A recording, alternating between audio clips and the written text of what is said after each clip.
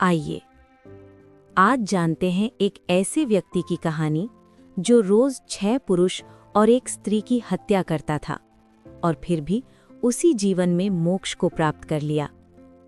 राजगृह नगरी में एक साधारण माली रहता था। उसका नाम था अर्जुन माली। वो अपने बगीचे से रोज सुंदर फूल इकट्ठे करता और अपनी अत्यंत सुंदर पत्नी के साथ एक यक्ष की पूजा करता था।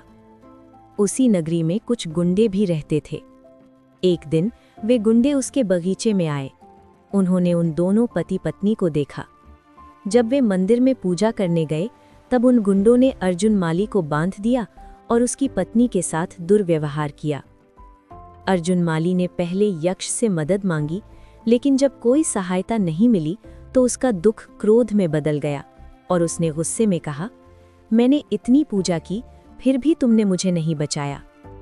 उसी क्षण उस यक्ष ने उसके भीतर प्रवेश किया और उसके अंदर भयानक क्रोध जाग उठा। उसने अपने बंधन तोड़ दिए और उन 6 गुंडों को मार डाला।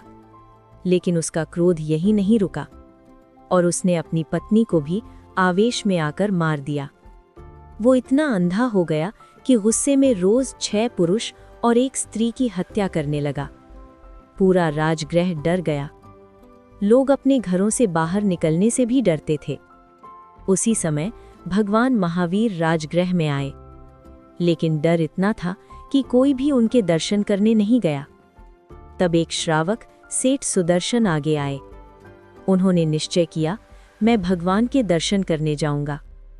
उन्हें गांव के लोगों ने बहुत रोका, लेकिन वे बिना डरे आगे बढ़ते गए। जैसे ही वो जंगल पहुंचे, अर्जुन माली उनकी ओर दौड़ा।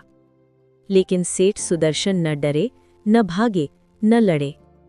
वो शांत ध्यान में बैठे रहे और अपने मन में लमोकार मंत्र का जाप करते रहे। उन्हें निर्भय देखकर अर्जुन माली का क्रोध टूट गया। वो उनके चरणों में गिर पड़ा और उसे पश्चाताप हुआ। सेठ सुदर्शन ने उसे उठाया और कहा, तुम अभी भी अपना जीवन सुधार सकते हो। आओ, मैं तुम्हें भगवान महावीर के पास ले चलता हूं। वो करुणा के सागर हैं, तुम्हें सही मार्ग दिखाएंगे। वो भगवान महावीर का उपदेश सुनने लगा। उनका उपदेश सुनकर अर्जुन माली का हृदय बदल गया और उसने दीक्षा लेने का निर्णय कर लिया। फिर उसकी असली परीक्षा शुरू हुई।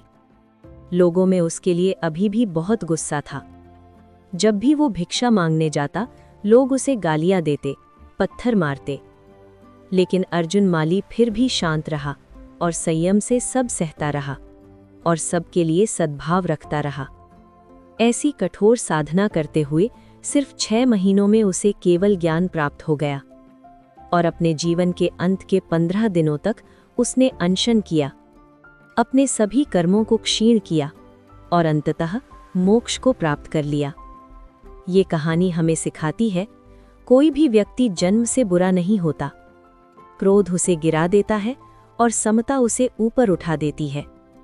कर्म हमें बांधते हैं, लेकिन सही समझ, संयम और प्रायश्चित हमें मुक्त कर सकते हैं। जिसने रोज 7 लोगों की हत्या की, वही मोक्ष को प्राप्त कर गया, क्योंकि उसने खुद को बदल लिया। परिवर्तन हमेशा संभव है, बस एक सही समझ और समता की आवश्यकता है। आज की कहानी ने क्या सिखाया? कमेंट करें और जैन यूनिवर्स को लाइक, शेयर और सब्सक्राइब करें।